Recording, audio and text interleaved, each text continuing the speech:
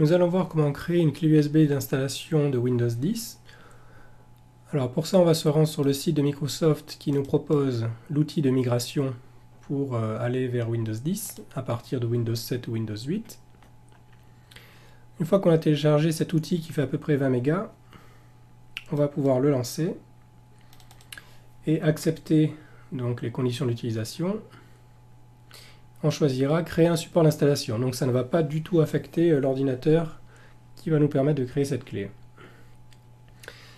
Alors il faudra mieux laisser l'architecture 64 bits, c'est la plus courante maintenant.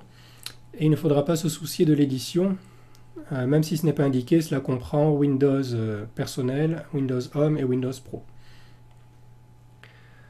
Ensuite on va insérer une clé USB d'au moins 8 Go. Donc il faudra que cette clé USB soit vierge. De toute façon, même s'il y a des informations dessus, elles seront effacées au moment de la création du périphérique.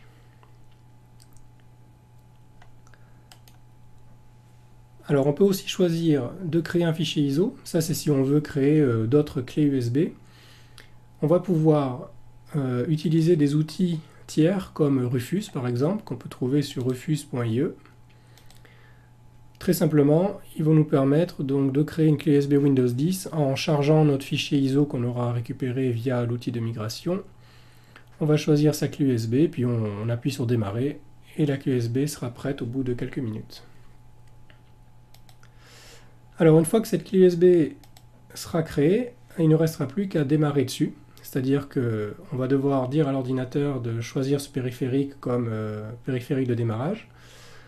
Alors il va falloir un petit peu batailler pour trouver la clé, la touche du clavier qui permet de faire ça. Donc sur ce vieil ordinateur par exemple, c'est la touche F11. Il faudra regarder rapidement au démarrage, il faudra chercher le mot boot menu ou menu de démarrage. Alors bon, généralement il n'y a pas 40 touches, hein. Soit c'est la touche échappe, la touche F1, F11, F12 ou F9. Donc il faut appuyer dessus plusieurs fois au démarrage de l'ordinateur. Et avec un peu de chance, on aura le choix des périphériques de démarrage. On les choisit avec les flèches haut, bas, gauche, droite et entrée pour confirmer.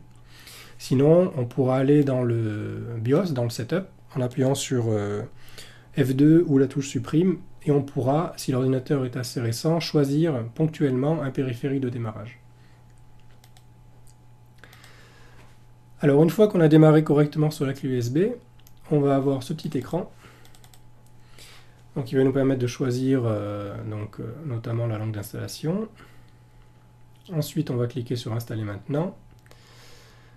Alors ensuite il va nous proposer de mettre une clé. Donc si vous avez suivi l'autre vidéo, il est préférable d'utiliser la migration gratuite d'une clé Windows 7 ou Windows 8.1. Comme ça, on n'aura pas besoin de rentrer la clé. Et d'ailleurs, si vous utilisez directement une clé Windows 8.1, Windows 8 ou Windows 7, ici, il y a des chances que ça ne marche pas.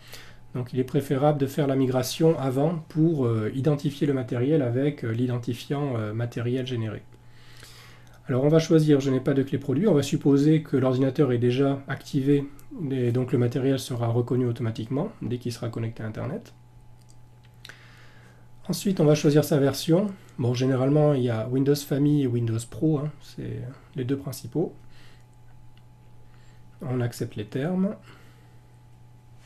Donc, bien entendu, hein, si vous avez une version, si vous avez migré de Windows 8.1 Family, il ne faudra pas choisir professionnel, hein, ça ne marchera pas. Alors, moi, je vous conseille d'utiliser personnalisé pour vraiment savoir ce qu'on va faire. Alors ici, vous allez avoir tous les disques durs qui seront listés avec toutes les partitions. Donc là, il faudra faire attention à ce que vous allez faire, parce qu'en faisant sauter une partition, hein, vous allez rendre indisponibles toutes les données, donc elles ne seront pas vraiment formatées, mais elles seront indisponibles lors du prochain démarrage. Il faudra utiliser des outils de restauration, bref, ça va être la galère pour les retrouver. Alors le plus simple, c'est d'utiliser une partition dédiée à Windows qui fait en général entre 100 et 200 Go, parce que Windows va utiliser à peu près 30 Go une fois qu'il sera installé. Donc si vous avez un disque dur SSD de 128 Go, donc il est préférable de le dédier à cet usage complètement. Ou sinon, si vous avez un disque dur de 1 Tera, faites une partition de 100 Go ou de 200 Go pour mettre Windows dessus. Donc là, quand on fait les partitionnements, il vaut mieux que les disques durs soient vierges, hein, ou sinon il faut le faire avant. Voilà, il vaut mieux que les disques durs soient neufs ou complètement vierges. Ça évitera les surprises de perdre les données. Alors on va choisir nouveau ici. Moi j'ai que 32 Go parce que j'utilise une machine virtuelle. Alors on va faire nouveau. Et il va créer donc une partition réservée au système, c'est normal, hein, de 500 mégas. Donc on sélectionne la partition sur laquelle on veut installer Windows et on fait suivant. Donc ça va être assez rapide, ça va durer 10 minutes en fonction de la rapidité du matériel. Alors ensuite on va avoir Cortana qui va s'activer, on peut la désactiver en appuyant sur le petit micro ici. On choisit sa langue, la disposition du clavier. On peut rajouter un clavier en QWERTY si on veut pour les jeux vidéo. On peut le faire ici ou après, c'est pas un souci. Ensuite, on va choisir utilisation personnelle. Après, on va choisir un compte hors connexion, même si ça ne plaît pas du tout à Microsoft, dans un souci de vie privée. Alors non, on ne veut toujours pas avoir un compte Microsoft. On va choisir le nom de sa session ici, ainsi que le mot de passe. Alors, est-ce que vous voulez utiliser Cortana? Donc on va refuser, dans un souci de vie privée. Alors l'historique des appareils, ça ce n'est pas la peine de transférer toutes les applications qui sont utilisées et en cours d'utilisation au moment de la fermeture à Microsoft. Ça sert uniquement si vous avez un PC fixe donc avec Windows 10, un PC portable Surface et un téléphone portable Windows.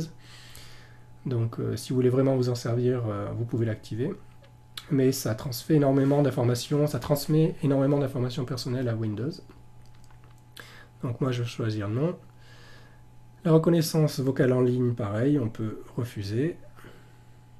Ensuite l'emplacement géographique, on peut refuser d'activer la fonction GPS de Windows. Parce que maintenant ça s'est beaucoup transformé en système Android. Hein. Il y a des systèmes de droit, activation, désactivation de services. Voilà, si vous êtes familier avec Android ou Apple, vous allez retrouver beaucoup de choses ici. Alors ça c'est pour localiser un appareil, bien entendu non, si on a désactivé la localisation avant, on ne va pas l'activer ici, hein, sinon ça réactivera la localisation. On va faire un transfert basique diagnostic pour éviter de transmettre tout ce qu'on fait avec l'ordinateur à Microsoft. Donc ça c'est le cas par défaut, lui il transmet de manière complète toute l'utilisation de l'ordinateur, les sites visités, ce qu'on a tapé dans la barre de recherche Cortana, etc. Alors, l'amélioration d'écriture non plus. Et on ne veut pas d'expérience personnalisée. Ainsi que la publicité, on dit non. Voilà, donc là vous avez un Windows 10 proprement installé. Et bon, l'avantage de Windows 10, c'est qu'il va aller télécharger automatiquement tous les drivers qu'il pourra trouver sur Windows Update. Il va faire ça en priorité avant d'aller chercher les mises à jour de Windows. Donc ça c'est très pratique, et aussi Windows sera activé si l'ordinateur si vous avez effectué une migration sur cet ordinateur, ou s'il y avait une clé déjà Windows 10 qui était installée.